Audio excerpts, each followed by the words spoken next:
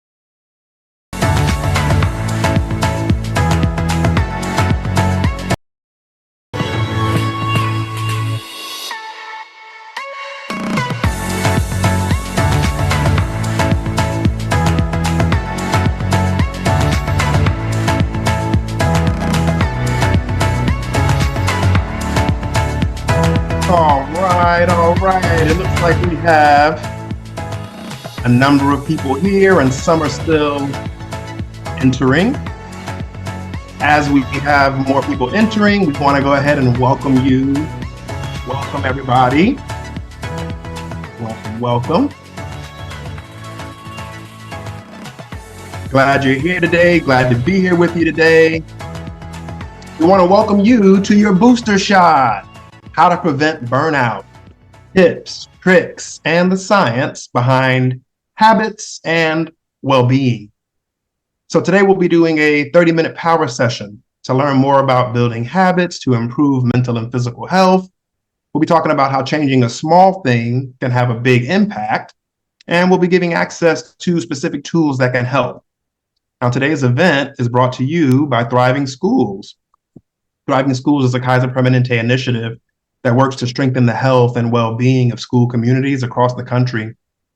The goal, the mission, is to see every school succeed, every employee excel, and every child thrive.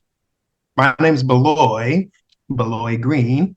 I'm a master's level social worker with Kaiser Permanente's Rise Up educational theater program, which is a part of the Thriving Schools initiative. Rise Up stands for resilience in school environments, understanding, and practice. I work with educators like yourselves every day on stress awareness, self-regulation, co-regulation, and the trauma-informed approach. So with me today is Dr. Deb Friesen. Dr. Deb is a Kaiser Permanente internal medicine physician who currently works as a physician advisor for our employers, including schools and districts like where you work. Dr. Deb's also a strong advocate for thriving schools and educators everywhere. And also, Dr. Deb has a podcast. She's the host of a popular Kaiser Permanente podcast called Health Views with Dr. Deb Friesen, MD, which I highly recommend if you've never heard of it or listened to it. Health Views with Dr. Deb Friesen. Check it out. Okay. So in our webinar today, we have everybody muted just for the, try to keep a high quality experience here. But we do encourage each of you to engage with us in the chat. We'll be taking live questions from the chat, so feel free to add them whenever they come up, and we'll make sure we try to get to them. So we do only have about at this point, about 26 minutes today, so we're going to go ahead and jump in. Let me see. Okay, I see. Looks like we have just about everybody that's coming today. Okay, so it's no secret that being an educator is a tough job. One that, according to a recent survey, more than 75% of educators said they keep doing the job because of their ability to improve students' lives. So that's you, and we want to just take this moment to thank you. Thank you for everything you do. Thank you for the caring. Thank you for showing up day in, day out to fight for our future generations. Every day that you do your job, whatever that job is specifically, maybe you drive a school bus. Maybe you ensure the students have a healthy breakfast to start the day off right. Maybe you teach them to read or do math or learn to love science and testing hypotheses. Maybe you make sure they're getting the right asthma medication when they come into your school nurse's office, whatever it is. If you weren't able to show up, if you didn't show up physically and mentally, our students would not stand a chance, and we recognize that. We also know that almost half of teachers say that their teaching has suffered at times because of their own mental health. And we know that's true for colleagues in the school environment as well. Sometimes we face burnout. So I know it's what is it, October? It's still kind of early in the year. I don't know how many of you are there yet, but you might be already experiencing some burnout. And we just want you to know burnout is not a personal problem, it's a systemic problem. And we also know that the systemic change is not necessarily in your control right now or today or most of the time. So today, this 30-minute webinar is about you. It's about what you can do to support your well-being and to support your colleagues and their well-being. So while Thriving Schools is working to strengthen the health and well-being of school communities, today, we just want to take the time to talk to you. So taking care of your own well-being is your immunization against burnout. And healthy habits are a great way to support well-being. So once you know the science behind habits, you will unlock the code to building or changing habits without it feeling like yet another thing to do.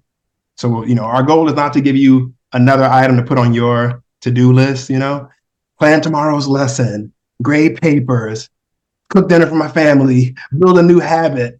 That's not our goal. We don't want to add on. This is about freeing up some of that mental load and then, maybe try to help you feel a little bit lighter.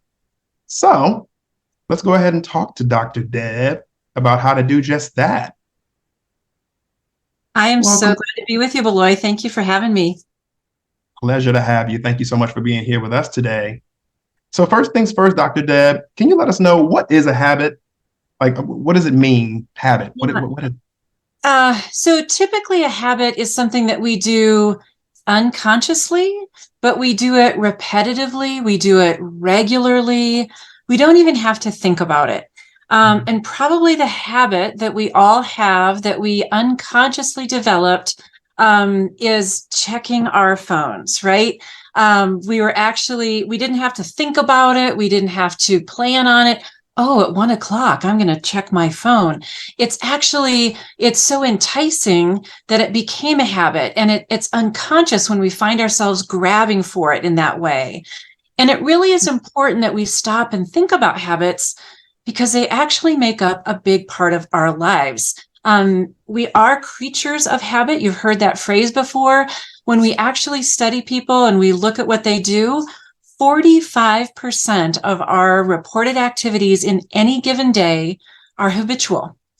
And that matters because if you don't have to think about it, you can save all that willpower for other decisions. So that's why it's built into us to actually develop habits.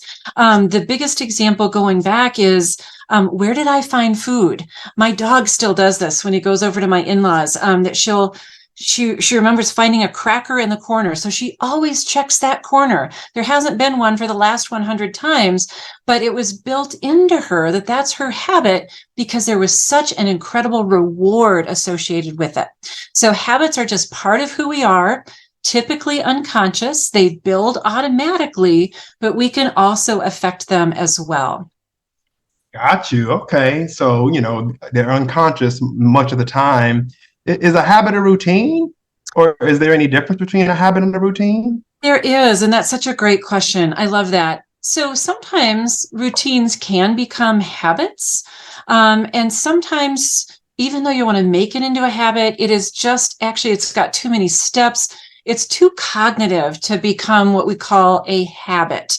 One thing I just want to call out is habits aren't willpower driven. And again, we default to habits so that we don't have to have willpower. But an example of, my habit in the morning is as soon as I slide out of bed, I put my feet into slippers. Now the routine is I put my feet into slippers, I go downstairs, I punch on the coffee maker, I walk in and turn in the lights, I feed the dog, I buzz up my computer. So all of those things are my routine that do become habitual. But let's Mhm. say I'm learning to play the violin, and Mhm. I want to build a habit of practicing.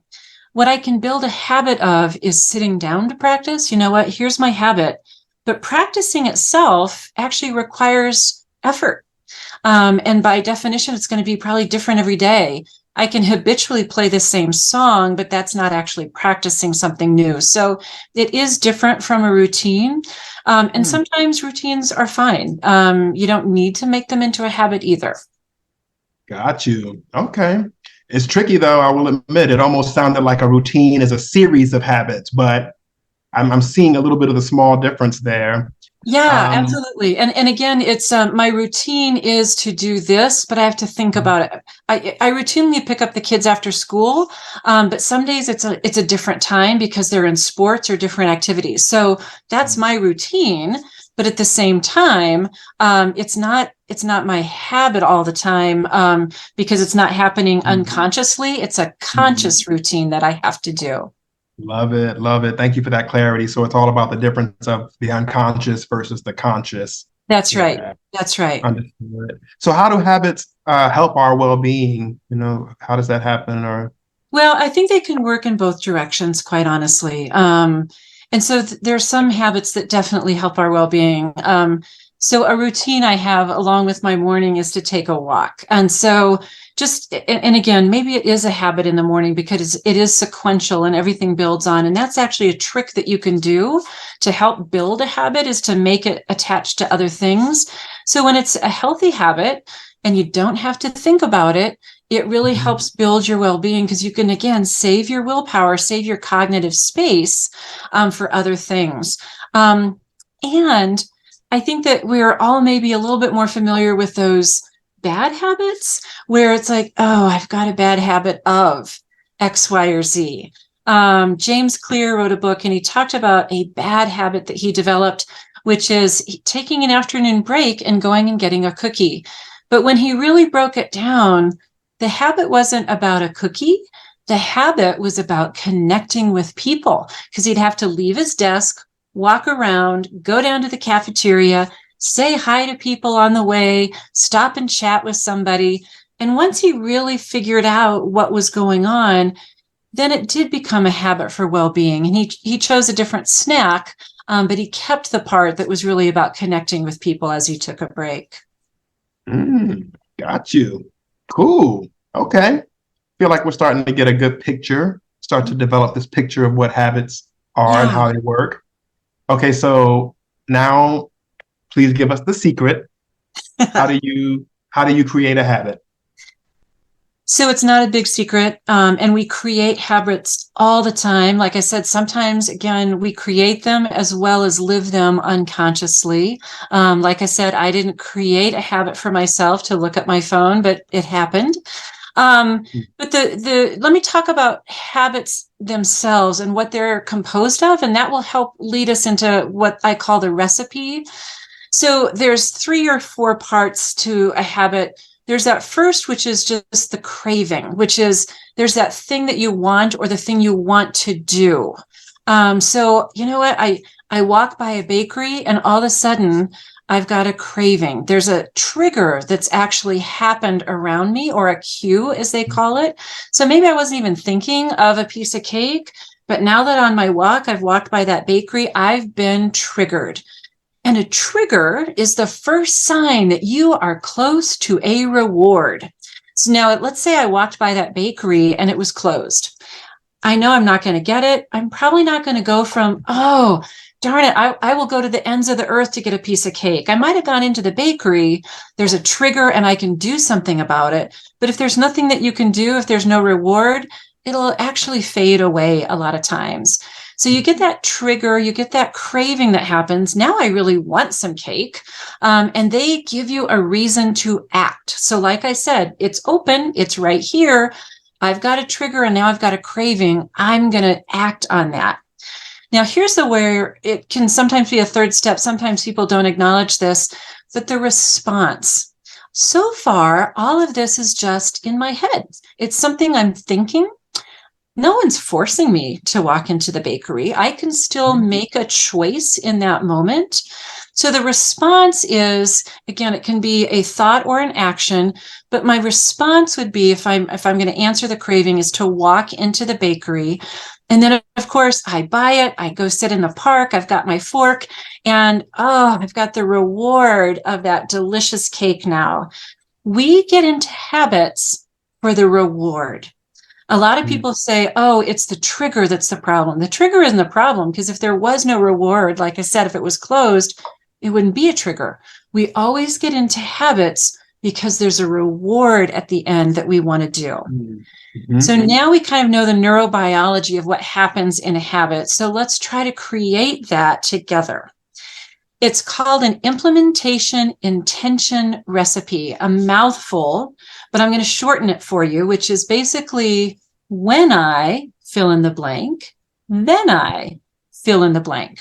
There's a guy who wrote a great book called Tiny Habits, B.J. Fogg, and he talks about how we can really link together some of our activities to build a new habit. So again, it becomes, this is just something that I do. I'm going to give you an example. I've been working on getting stronger. And one of the ways that I'm trying to do that is to actually just fit it into my life in a small way. So when I go to the kitchen to get more hot water for my tea, when I go to the kitchen to get hot water for my tea, then I do countertop push-ups. Usually I do about 5. Sometimes if I do 10, if I'm feeling ambitious, but it's pretty automatic now. When I go in, I'm just going to do my push-ups on the counter, and I feel good about it. In fact, I give myself a little celebration. And that's actually one of the things that's really, really important when you build a habit. So find that anchor, the when I. So when I already do something, find your anchor. Make the behavior that you want to do really, really tiny. I can't do floor push-ups, Dad. I'm working on it. But I can do countertop push-ups. And sometimes you have to even start with 1. So make that behavior really, really tiny. And you have to link it to emotion. I know that we like to think and plan, and we think that's how we actually move ourselves and meet our goals. But it's actually through the heart that we move ourselves. So you have to celebrate. And it could just be a good for me. When my husband sees me work out with a medicine ball and I do a little workout, and I do say, good for me. And he'll be reading the paper or whatever, I guess his tablet now, and say, good for you, honey. And so we're all celebrating and really cementing that feeling in there. Beloy, I bet you've got some habits that you can think about that you've when I, then I, or maybe there's a habit that you'd like to develop around that. Yeah, a couple of things came to mind as you were speaking on it, and thank you for the clarity too. Like, you're giving us gems right now. One of my goals is also fitness related for sure, and I'm kind of playing with the idea that when I watch TV, when I get into watching my favorite series, and I'm going to go through another 2-3 episodes tonight, I'm going to do some leg lifts. When I go to watch my series, I will do some leg lifts. I will lay down on the ground as I watch my series, and I will perform, let's say, 5 leg lifts to start. You know what I mean? And in between each episode, at least. Okay. My goal, start of each episode. When I start a new episode of my series, I will do 5 leg lifts to start, and I hope that number increases.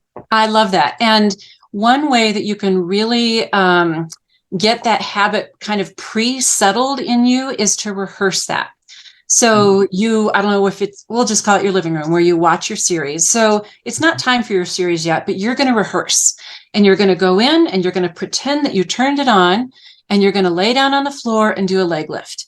And you're going to get up, and then you're going to come back in, and you're going to rehearse that whole thing.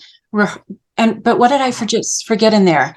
Celebration. You got to celebrate when you rehearse as well. So you're going to rehearse the whole habit, and that's going to help you really remember, so that when you go in tonight, you know what? You're tired. You're done with dinner. It's dark because the sun is setting earlier, and you're going to go in and go, oh, I rehearsed this today. And you're going to lay down, you're going to do a leg lift, and then you're going to go, good for me, give yourself a high five.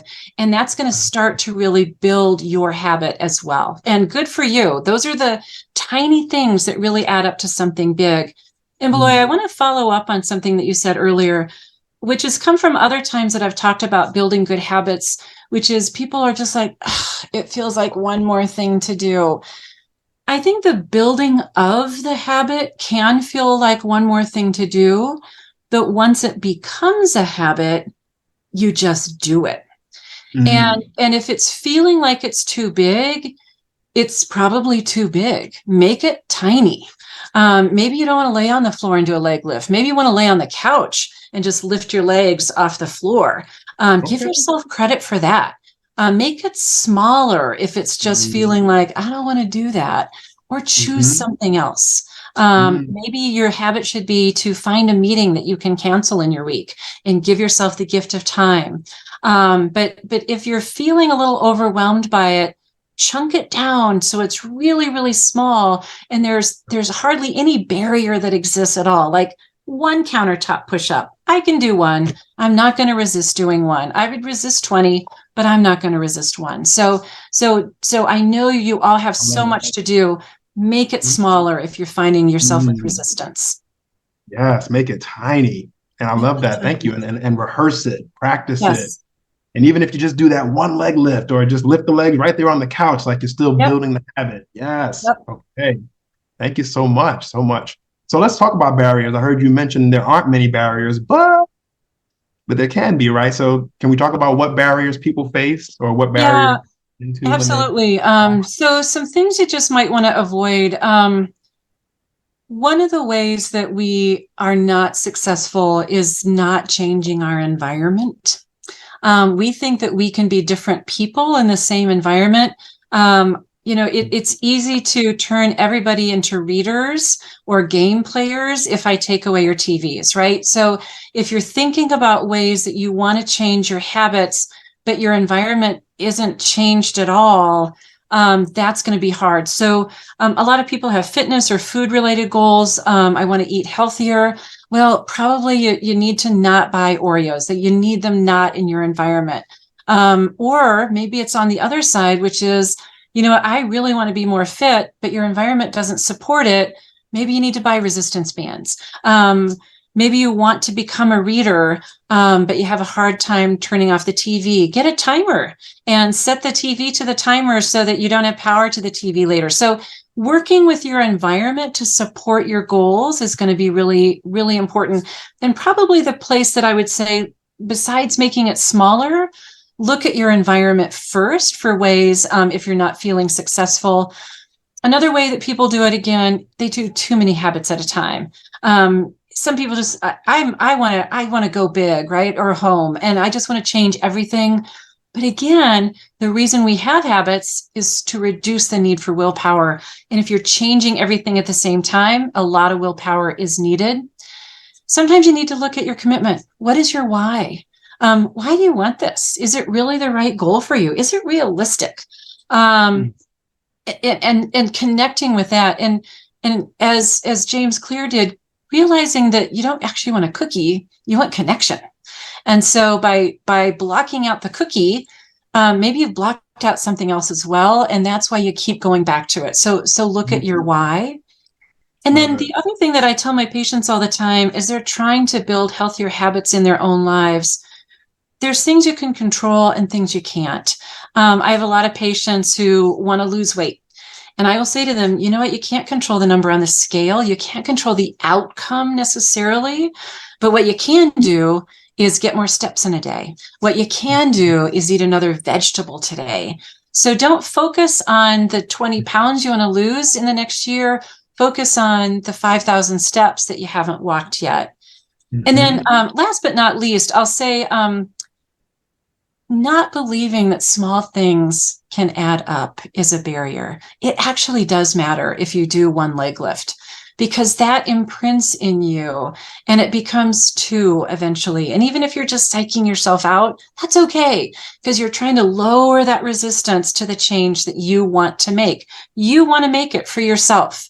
And so it does matter that you make those small changes. So not believing that those changes can add up can be a barrier as well. Love it. Yes. Small changes, celebrating every small change, planning, rehearsing it. Thank you so much. So I know we're coming down to our last 5 minutes with everyone here. Do you have time to maybe dispel a few myths around habit building, habit changing? Yeah. So Well, one of the myths I like to dispel is that building a habit takes 21 days. mm, It actually doesn't take any days. There is no magic formula for the number of times that you need to do things in order to build a habit. And again, I'm going to go back to the phone because again, no one had to tell me to build a habit to look at my phone. All it took really was getting my phone. And all of a sudden, I had a habit of checking my phone.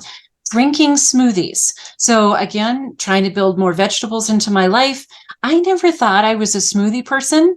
And then I like bought my frozen spinach and my frozen mango and my almond milk, and I made one. And I was like, these are so good.